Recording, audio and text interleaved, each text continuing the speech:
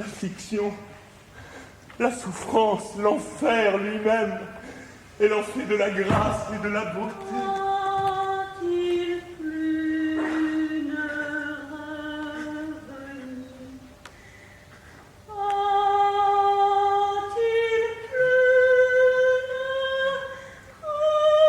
revenir, non, non, il est mort.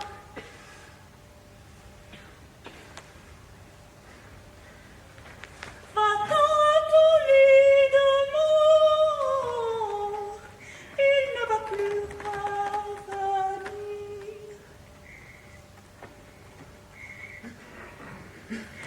Sa porte était comme neige, comme chanvre ses cheveux.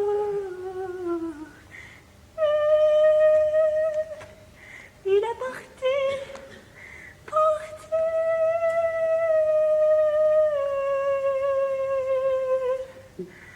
Pourquoi donc pleurer sur lui de son âme?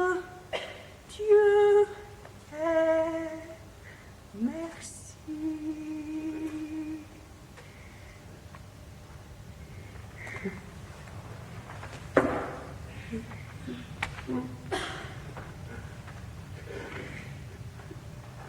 Et de toute âme chrétienne, fasse Dieu. Au revoir. Au revoir. Au revoir. Au revoir. Au revoir. Au revoir.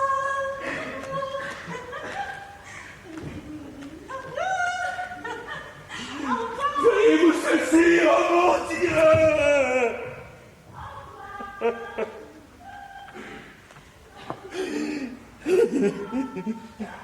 Laissez-moi partager votre douleur, Laerte.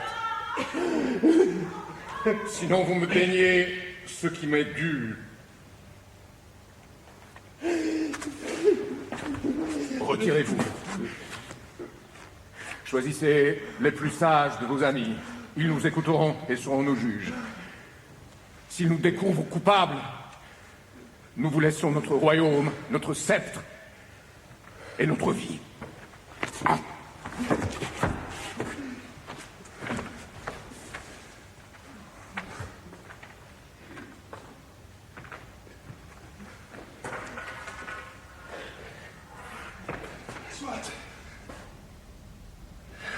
Son étrange mort, ces obsèques furtives, me crient comme un tonnerre dans le ciel que je dois chercher à savoir.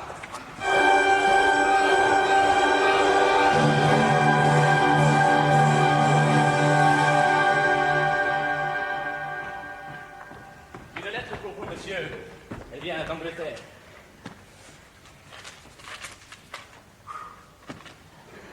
Horatio, quand tu m'auras lui introduit ces gens auprès du roi, ils ont des lettres pour lui. Nous n'avions pas fait 2 jours de mer que des pirates armés jusqu'aux dents nous prenaient en chasse.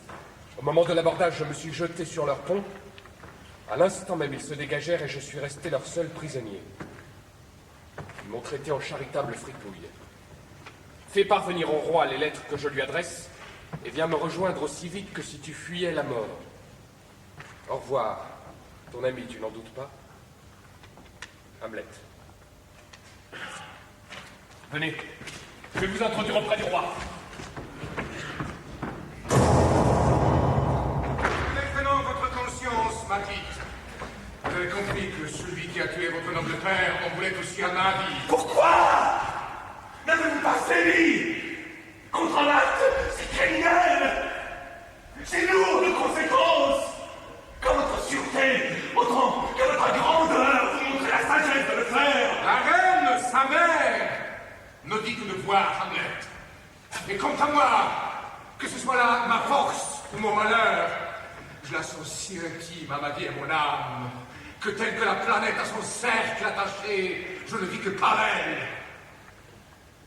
L'autre motif qui fait que je n'ai pu rendre un compte public est la grande affection que le peuple lui voue. Et c'est ainsi que j'ai perdu mon noble père. Et que je vois ma sœur dans cet affreux état. Je ne penserai. N'y perdez pas le sommeil. Et n'allez pas croire que je sois d'un ressort si faible ou usé que je puisse tenir pour plaisanterie le danger qui me menace. Non. Avant peu, vous en apprendrez plus.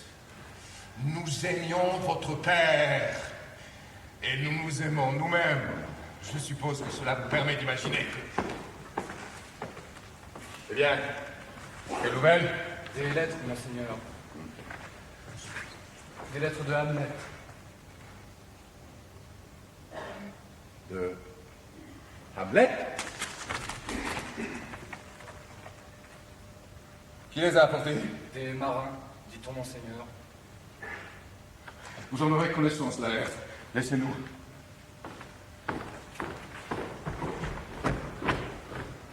Sachez, ô et puissant, qu'on m'a déposé nu sur le sol de votre royaume.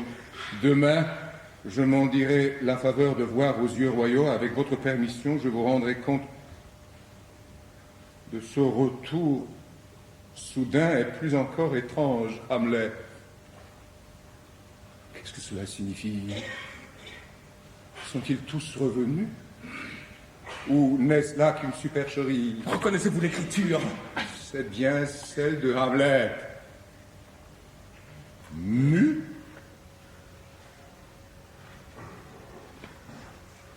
Et dans un post-scriptum, il ajoute seul. Je m'y perds, monseigneur. Mais qu'il arrive, mon cœur malade se réchauffe à l'idée que je vis pour lui dire en face. Meurs, comme ça. S'il en est ainsi, Laërte, s'il est vrai qu'il soit de retour, je veux l'inciter à un exploit dans lequel il ne pourra que périr sans que sa mort soulève un souffle de blâme. Et sa mère elle-même n'aura aucun soupçon de cette ruse et n'y verra qu'accident. Oh, monseigneur, je vous obéirais combien plus volontiers si vous faisiez en sorte que je sois l'instrument. Voilà qui tombe bien.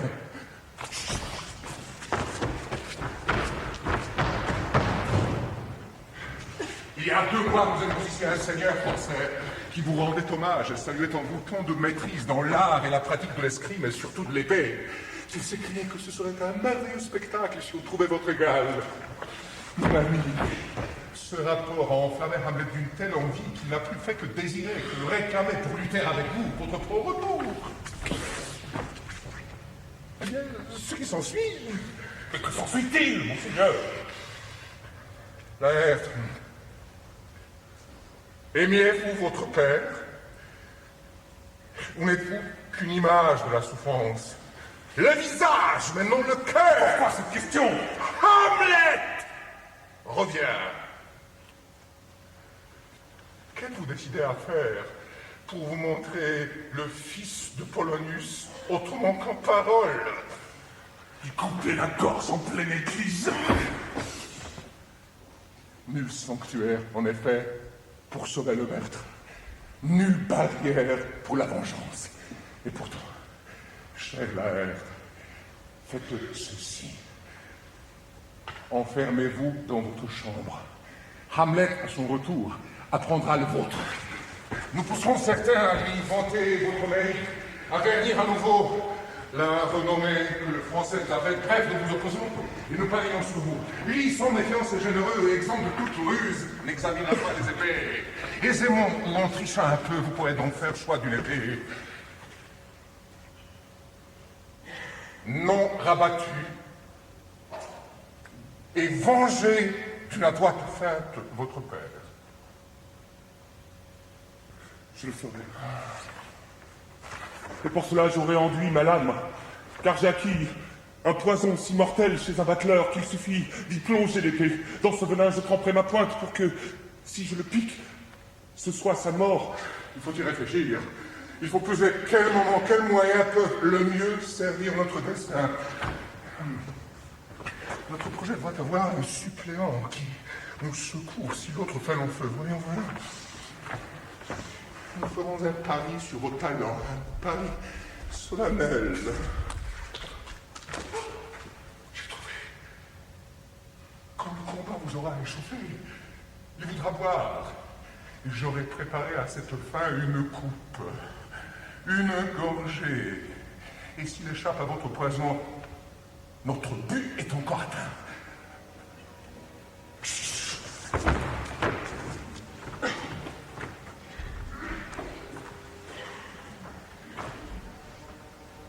Un malheur arrive, toujours sur les talons de l'autre, tant ils se suivent de près.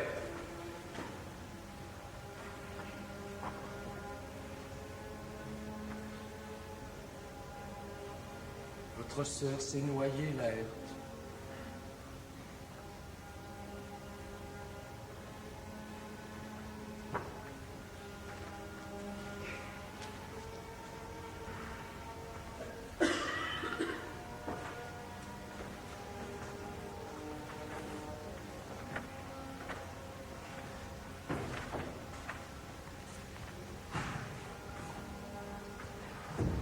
Noyée. Où s'est-elle noyée? Tout près d'un ruisseau, un saule se penche, c'est là qu'elle est allée pour tresser des guirlandes de cas précieuses, d'orties, de boutons d'or, de marguerites, de longues fleurs pourpres. Et voulut-elle alors aux branches inclinées grimper pour accrocher sa couronne florale? Un rameau perfide se rompit, et Ophélie et ses trophées agrestes sont tombés là où l'eau pleure. Sa robe s'étendit, et d'abord la porta un moment telle une sirène, tandis qu'elle chantait des bribes de vieux airs, inconsciente peut-être de sa détresse, ou faite de naissance pour vivre ainsi.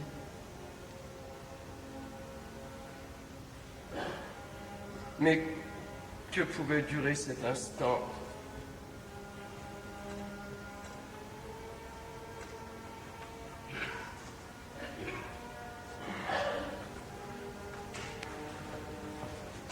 Hélas,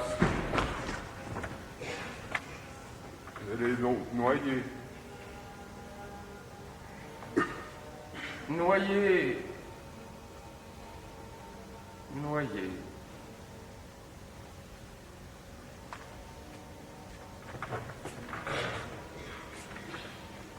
Tu n'as eu que trop d'eau déjà, pauvre Ophélie. Je proscris dans mes larmes.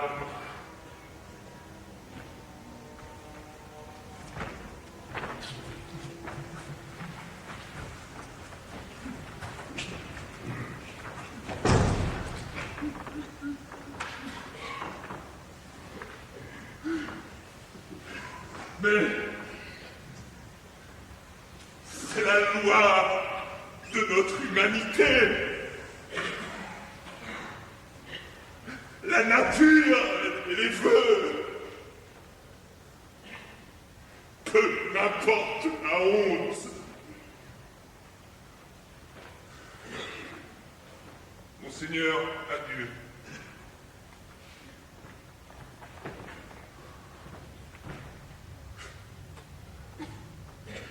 Le feu de ma parole voudrait flamber. Mais ces sottes larmes l'éteignent. Suivons-le.